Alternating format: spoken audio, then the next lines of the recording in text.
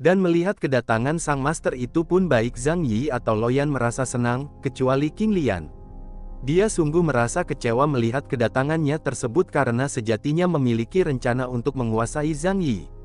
Setelah melawan Sekte Xingsan, mengesampingkan itu, Zhang Yi pun kemudian langsung mendekati Master Yu Yao sembari menyatakan rasa rindunya. Dia mengharapkan sebuah pelukan, namun apa yang dia dapatkan justru sebuah pukulan. Yu Yao pun kemudian langsung memarahinya yang bertindak sembrono. Zhang Yi pun kemudian memintanya untuk mendengar dulu penjelasan darinya, dan melihat itu pun Luoyan menjadi ikut ketakutan. Sementara Zhang Yi justru menggoda Master Yu Yao. Dia pun bertanya tentang mengapa terburu-buru seperti itu, apakah karena takut Zhang Yi berpaling kepadanya. Master Yu Yao pun tak menyangkal pernyataan King Lian. Dia pun menegaskan jika dirinya yang mencurigakan itu memanglah sangat mengkhawatirkan. King Lian pun kemudian menegaskan jika Zhang Yi tak akan pernah bisa menjadi miliknya. Melihat itu pun Zhang Yi hanya terdiam karena perseteruan antara mereka yang panas. Dan di tengah perseteruan itu pun Master Xingsan berteriak. Dia menyatakan ketik tidak terimaannya karena tidak dianggap meskipun seorang Master Sekte. Dia pun kemudian langsung memerintahkan kedua ular merahnya untuk menyerang. Baik Master Yu Yao dan King Lian pun langsung menyuruhnya diam. Mereka pun menegaskan jika sekarang bukan waktunya orang sepertinya berbicara.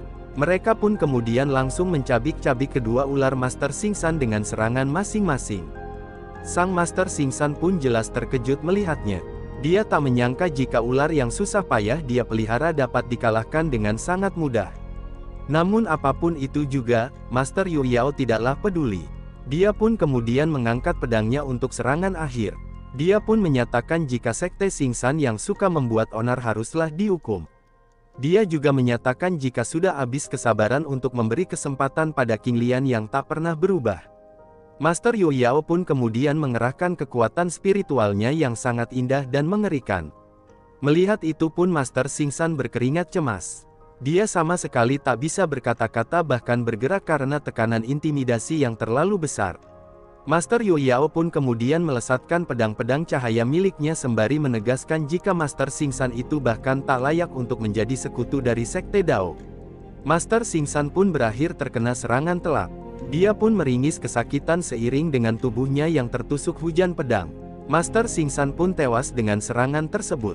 Melihat itu Zhang Yi pun hanya bisa terdiam heran. Begitulah kekuatan Master Yu Yao masih saja terlihat sangat luar biasa di matanya karena bahkan bisa membunuh pasukan Xingsan dengan sangat mudah. Dan sementara itu Luoyan mulai bergerak. Dia menyuruh sang naga putih untuk memanggang semua murid Sekte Xingsan dan begitulah pembantaian pun terjadi. Saat berikutnya, sistem pun menyatakan keberhasilan Zhang Yi dalam misi penghancuran pengaruh Sekte Xingsan. Sistem pun mengirimkan 60 poin mana sebagai dia dan 2 skill baru. Skill pertama adalah skill tornado yang bisa menerbangkan lawan, sedangkan skill kedua adalah skill pelemah yang dapat menurunkan kecepatan lawan sebanyak 30% dan kekuatan sebanyak 35% selama 3 detik. Zhang Yi pun tertawa puas menerimanya karena perjalanan kali ini memiliki hadiah yang sangat banyak. Master Yu Yao yang melihat Zhang Yi tertawa sendiri itu pun kemudian langsung menasihatinya.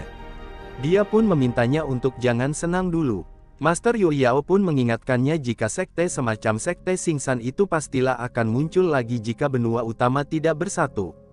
Menurut Yu Yao, hanyalah itu satu-satunya cara, dan Zhang Yi pun setuju atas hal tersebut. King Lian pun kemudian menyela pembicaraan mereka. Dia menutur, Master Yu Yao hanya bermulut manis saja demi menutupi keinginan aslinya untuk menguasai benua utama. Dan Master Yu Yao pun tak menyangkalnya. Dia justru menantang King Lian dengan mengatakan jika memang si Daulah satu-satunya yang pantas untuk menjadi penguasa. Jika diperlukan, King Lian pun terdiam karena sadar jika perkataan Master Yu Yao itu memang benar.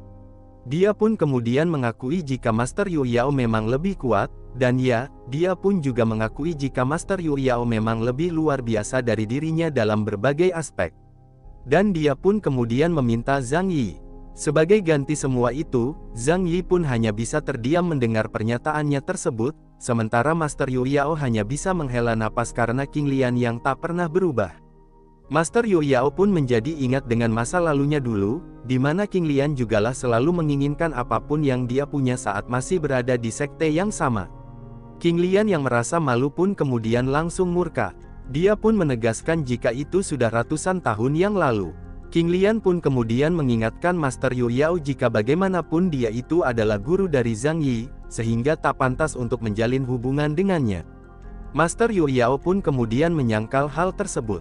Dia mengatakan jika hanya khawatir saja Zhang Yi akan kehilangan hati daunnya.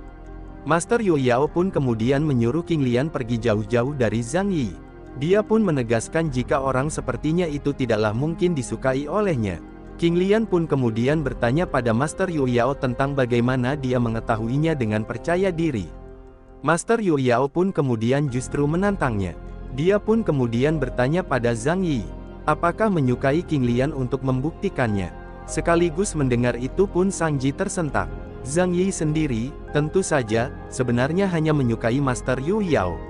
Namun, belum sempat dia menjawab, sistem pun kemudian mengirimkan misi baru untuknya. Itu memintanya untuk mengakui King Lian dengan hadiah keberhasilan berupa 30 poin, mana penalti kegagalan adalah setengah tubuh bagian bawah menjadi batu dengan batas waktu 2 menit. Zhang Yi pun jelas terkejut, marah melihat misi baru tersebut karena itu seperti sebuah paksaan untuknya. Dia pun bingung karena mengakui King Lian di depan Master Yu Yao itu sama saja seperti mencari mati. Dia pun mulai memucat. Dia pun segera mencari cara untuk menyelesaikan masalah tersebut, namun dia tak kunjung menemukannya. Sistem pun kemudian memberinya peringatan.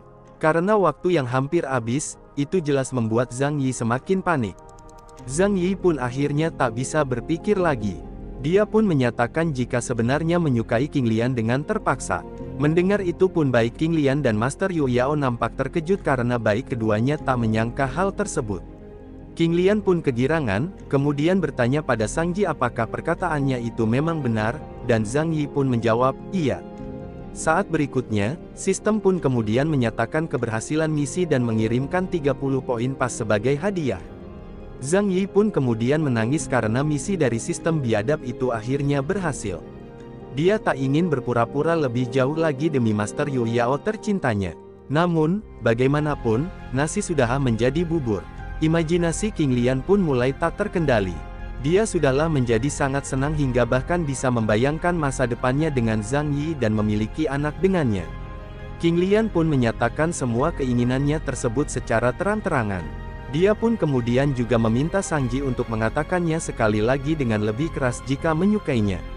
Sang Ji pun kemudian mengatakannya. Dia pun membenarkan jika memang menyukai King Lian, dan dia pun kemudian menjelaskan jika, namun, rasa cintaku hanyalah pada Master Yu Yao seorang saja. Juga menegaskan jika menyukai dan mencintai itu adalah hal yang berbeda. Mendengar itu pun King Lian jelas tercengang, sedangkan Master Yu Yao langsung menuduhnya sebagai bajingan brengsek yang telah kehilangan hati Dao. Namun, Master Yu Yao ini bukanlah menyalahkan Zhang Yi. Dia justru memarahi King Lian. Dia pun menegaskan padanya jika Zhang Yi itu tidaklah membutuhkan cinta dan tak butuh untuk mencintai siapapun. Dia pun meminta King Lian untuk berhenti merayu Zhang Yi. Dia bahkan sampai menyebut King Lian sebagai penyihir penggoda biadab. Zhang Yi yang hatinya hancur pun langsung menyuruhnya diam sembari meneteskan air mata. Kau itu hanyalah rubah tua yang tak mengerti apapun tentang cinta, ucap King Lian. Melihat itu pun Master Yu Yao tersentak. Dia pun sadar jika mungkin telah mengatakan hal yang keterlaluan pada King Lian, juga sadar jika mungkin terlalu cemburu hingga menyuruhnya menjauh dari Zhang Yi. Namun, bagaimanapun juga, rasa kecewa King Lian sudahlah terlalu besar.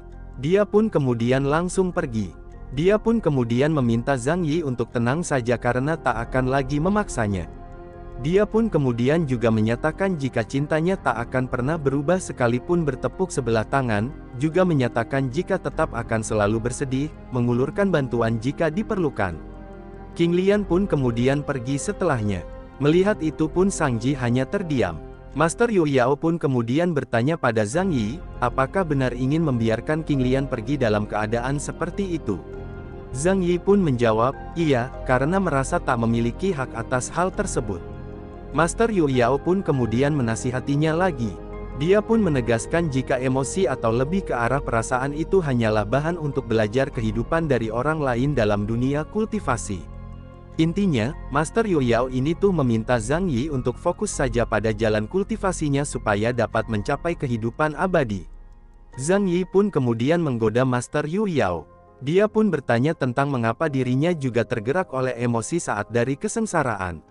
Master Yu Yao pun memucat mendengar pertanyaan Zhang Yi tersebut karena dia jelas sadar jika itu bertentangan dengan apa yang baru saja dia bicarakan.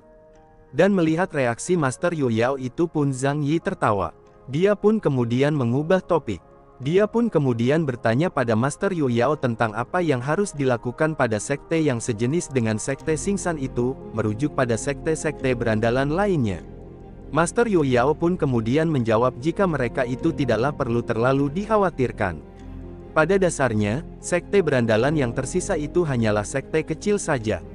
Master Yu Yao yakin jika mereka akan jatuh dengan sendirinya.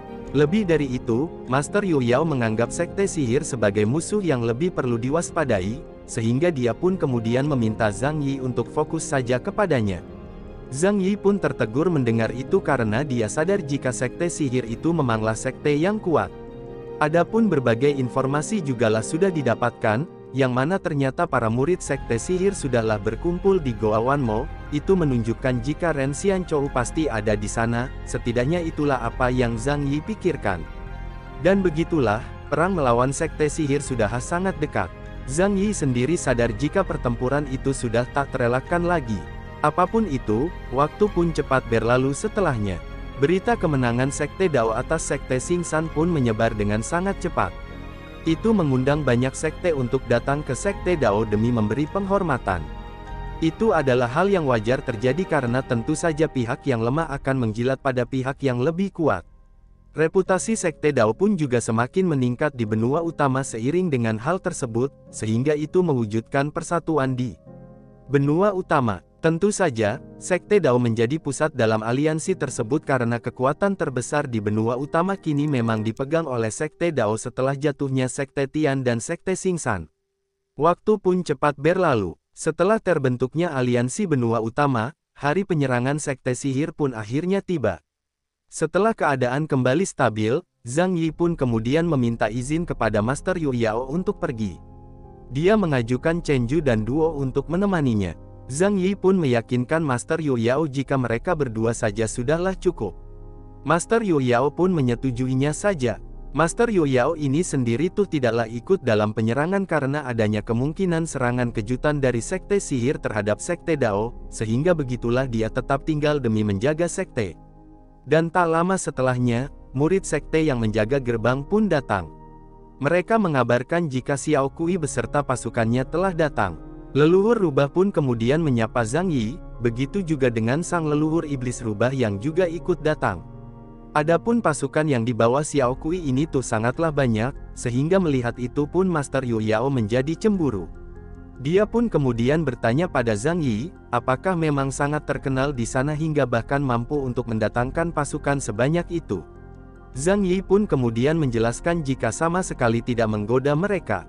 Dia pun meminta Master Yu Yao untuk jangan salah paham.